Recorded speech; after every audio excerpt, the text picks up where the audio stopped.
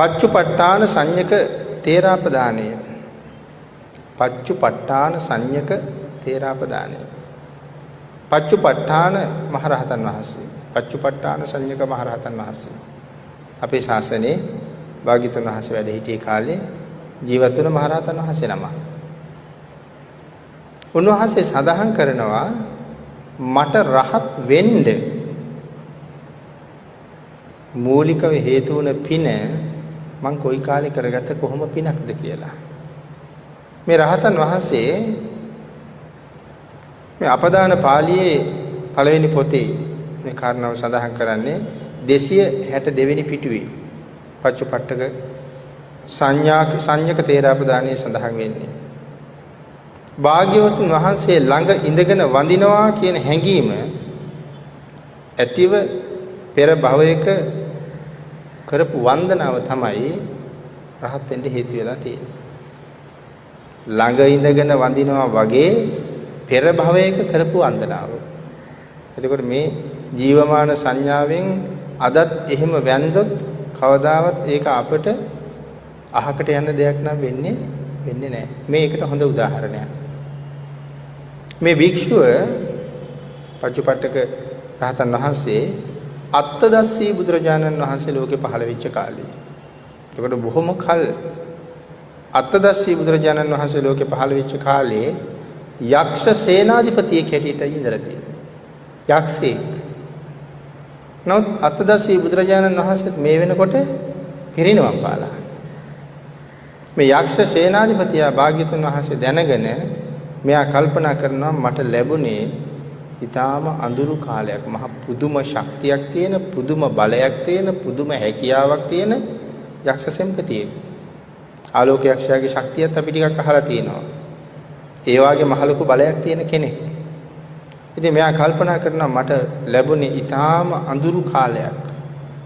මම ඉපදෙන කාලේ ලෝකෙට එළිය දෙන්නේ අඳුරු පහනක්.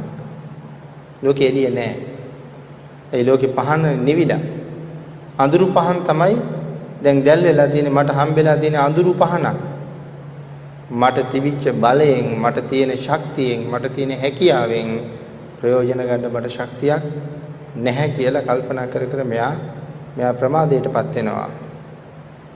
මෙයාගේ මේ ඇති වෙන ප්‍රමාදී සිතුවිල්ල දකින්නවා සාගර කියලා මහරහතන් වහන්සේ නම. මේ යක්ෂයා ළඟ අප්‍රමාණ ශ්‍රද්ධාවක් තියෙනවා. මෙතන යක්ෂ කියලා කියහම අපි ඔය කල්පනා කරන දුක් විඳින මහ භයානක කියලා කල්පනා කරන යක්ෂයෝ ගැන මේ සඳහන් කරන්නේ. දිව්‍යමය වූ යක්ෂ ගෝත්‍රය ඉන්නවා. යක්ෂ නමුත් දිව්‍යමය. බිම්බිසාර රජුරුවත් මේ වෙනකොට යක්ෂ සෙම්පතියෙක් හැටියට ඉපදිලා ඉන්නවා කියලා තමයි සඳහන් කරන්නේ. නමුත් ආර්ය ශ්‍රාවකෙක් සෝවාන් වෙලා හිටියේ. එහෙනම් සෝවාන් ආර්ය ශ්‍රාවකයා කවදාවත් නිරේ යන්නේ නැති බව අපි හොඳටම දන්නවා. එහෙනම් මේ යක්ෂ කියලා කියන්නේ අපි සඳහන් කරන निराගාමී අය පිළිබඳව නෙවෙයි. ඉතින් ඒ කාරණාව මනාව පැහැදිලි වෙනවා. බිම්බිසාර රජු අපවත් වුණාට පස්සේ දුක් විඳලා අපවත් වෙන්නේ. බුදුරජාණන් වහන්සේ මුණ ගැහෙන්න ඇවිල්ලා භාග්‍යවතුන් වහන්සේට කතා කරනවා. කතා කරලා කියනවා ස්වාමීනි භාග්‍යවතුන් වහන්සේ මම ජනවසබ ස්වාමීනි මම ජනවසබ කියලා දෙපාරක් ප්‍රකාශ කරනවා. දෙපාරක් ප්‍රකාශ කළා තුන්වෙනි වතාව කියනවා ස්වාමීනි මම බිම්බිසාර කියලා. එතකොට අද ඉන්නේ ජනවසබ කියන නමින් ඉන්නේ යක්ෂ සේනාධිපතියෙක් හැටියට. භාග්‍යවතුන් වහන්සේට සඳහන් කරනවා ස්වාමීනි මම සෝවාන් වෙලයි හිටියේ. මනුෂ්‍ය ලෝකේ ඉන්න කාලේ මම සෝවාන් වෙලයි හිටියේ. එතකොට මේ යක්ෂයාට ආපහු සෝවාන් වෙන්න වෙනවද? නැහැ. එයා සෝවාන්ම තමයි. මම සෝවාන් වෙලයි ඉන්නේ. දැන් මම සකු르දාගාමී වීම සඳහා වීරිය ආරම්භ කරලායි තියෙන්නේ කියලා භාග්‍යවතුන් වහන්සේට ප්‍රකාශ කරනවා. අන්න එහෙම යක්ෂයෙක් මෙයා සාතාගිර හේමවතාදී යක්ෂයෝ එහෙම මගපල ලැබුපු අය. මේ එහෙම යක්ෂයෙක්. නමුත් සාගර රහතන් වහන්සේ දකිනවා මේ යක්ෂයාට ඇති වෙන මේ සිතුවිල්ල බොහොම ශ්‍රද්ධාවන්තයි. මෙයාට ඇති වෙන මේ සිතුවිල්ල නිසා එයා පශ්චාත්තාපයටපත් වෙනවා. සාගර රහතන් වහන්සේ මේ වෙලාවෙම යක්ෂයා ළඟට වඩිනවා. මම සංකප්ප මඤ්ඤාය සාගරෝ නාම ශාවකෝ. යක්ෂයා කියනවා මගේ සිතවිල්ල දැක්ක සාගර නම් තෙර නමක් මා සොයාගෙන ඒ මොහොතේම මා ළඟට පැමිණියා. කින්නු සෝචසි මා භායි. රහතන් වහන්සේ අහන්නේ යක්ෂයාගෙන්. කින්නු සෝචසි මා භායි. භායි කියලා කියන්නේ කාටද? සහෝදරයට. මගේ සහෝදරය ඔබ කුමක් සඳහා ශෝක කරන්නේද? රහතන් වහන්සේ යක්ෂයාගෙන් අහලා තියෙන හැටි. ඇයි සහෝදරය ශෝක කරන්නේ? චර ධම්මං සුමේදස. සුමේද කියලා කියන්නේ ප්‍රඥාවන්තයාට. ඥානවන්තය චර ධම්මං ධර්මයේ හැසිරෙන්නේ. මොකටද ශෝක කරන්නේ? භාග්‍යතුන් වහන්සේ පිරිනිවන් පාලා කියලා ශෝක කරන්න අවශ්‍ය නැහැ.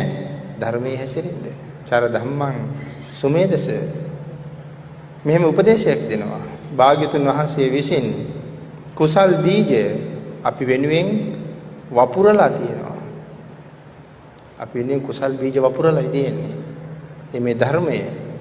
ඒ වගේම භාග්‍යතුන් වහන්සේගේ ධාතුන් වහන්සේලා සාගර කියන රහතන් වහන්සේගෙන් උපදේශ අරගෙන මේ යක්ෂයා හදනවා චෛත්‍යයක්. චෛත්‍යයක් හදලා ඒ චෛත්‍යය තැම්පත් කරනවා භාග්‍යතුන් වහන්සේගේ ධාතුන් වහන්සේලා. ධාතුන් වහන්සේලා තැම්පත් කරලා මෙයා චෛත්‍යයට වඳිනවා අවුරුදු 5ක්. කොහොමද වඳින්නේ? බුද්ධ උපස්ථාන කර කර. චෛත්‍යයට වඳින්නේ බුද්ධ උපස්ථාන කර කර අවුරුදු 5ක්. කවුරු උපස්ථාන කළා වගේද උපස්ථාන කරන්නේ? අපේ ආනන්ද ස්වාමීන් වහන්සේ භාග්‍යතුන් වහන්සේට යම්සේ උපස්ථාන කළාද අන්න ඒ විදිහට චෛත්‍යයට උපස්ථාන කරන්නේ. උදේ පාන්දර එළඹෙනවා චෛත්‍ය ගාවට. භාග්‍යතුන් වහන්සේ යටත් පිරිසෙන් පැයයි විනාඩි 20ක් නම් සතපුනේ 4යි කාලා 4:20 විතර වෙනකොට අවදි වෙනවා. එහෙම සතපුනා නම් එහෙමනම් මෙයා ඊට කලින් 4 විතර වෙනකොට චෛත්‍ය ගාවට එළඹෙනවා. දැන් මේ යක්ෂයා චෛත්‍ය ගාවට එළඹෙනවා 4 විතර වෙනකොට කියනකොට මේ තම තමන්ගේ ජීවිතේටත් ගන්න දේවල් ඉදිරි කරලයි මම මේ කියන්නේ. මේ ශ්‍රේෂ්ඨ මනුෂ්‍ය ජීවිතය උදේ පාන්දර 7-8 වෙනකන් ඇද උඩ තියන්නේ එහෙම නෙමෙයි ලැබිලා තියෙන්නේ. පාන්දර අවදි කරන්න ඕනේ. දවසේ හොඳම පැය දෙක ගෙවෙන්නේ පාන්දරේ. ඒ කීයේ ඉඳලා කීයේ වෙනකන්ද? පාන්දර 4 ඉඳලා පාන්දර උදේ 6 වෙනකන්. මේකට කියන්නේ බ්‍රහ්ම මුහුර්තය කියලා. ලෞතර බුදුවරු මෙතෙක් ලෝක ධාතුවේ පහළ වෙච්ච සියලු දෙනා වහන්සේලා බුද්ධ රාජ්‍ය අත්පත් කරගත්තේ මේ වෙලාවේ. මාර්ගඵල පිළිවෙලින් ලැබලා සෝවාන් සකදාගාමි අනාගාමි කියන මාර්ගඵලයට ඇවිල්ලා හිටපු සියලු මාර්ගඵලලාභින් වහන්සේලා මහා රහත් බෝධිය අත්පත් කරගත්තේ වැඩියෙන්ම මේ වෙලාවේ. සෝවාන් භාවයේ සඳහා වීරය කරලා හිටපු අය ඒ මාර්ගඵලයත්, සකදාගාමි භාවයේ සඳහා වීරය කරලා හිටපු අය ඒ මාර්ගයත්, අනාගාමි මාර්ගයට වීරය කරපු අය ඒ මාර්ගයත් ලැබුවේ මෙන්න මේ වෙලාව. මේ අලුයම 4ත් 6ත් අතර කාලයේ. එහෙනම් මේක ජීවිතේට ඊටාම වටින කාල සීමාවක්. අපිටත් පුළුවන් නම් උදේ පාන්දර නැගිලා මේ වෙලාවට භාග්‍යතුන් වහන්සේට බුද්ධ වත සිද්ධ කරලා වන්දනාමාන කරගන්න භාවනාවක් කරගන්න. ඒක ජීවිතේ ලැබෙන මහා පරම භාග්‍යයක් බවට පත් වෙනවා. එහෙනම් මේ යක්ෂයා ආනන්ද ස්වාමින් වහන්සේ යම් දවසක භාග්‍යතුන් වහන්සේට යම්සේ උපස්ථාන කළාද එසේම චෛත්‍ය රාජයාට උපස්ථාන කරනවා ජීවමාන බුදුරජාණන් වහන්සේ. ඉතින් චෛත්‍ය මළුවට හැබැවින්ම එළඹිය යුත්තේද එසේමයි.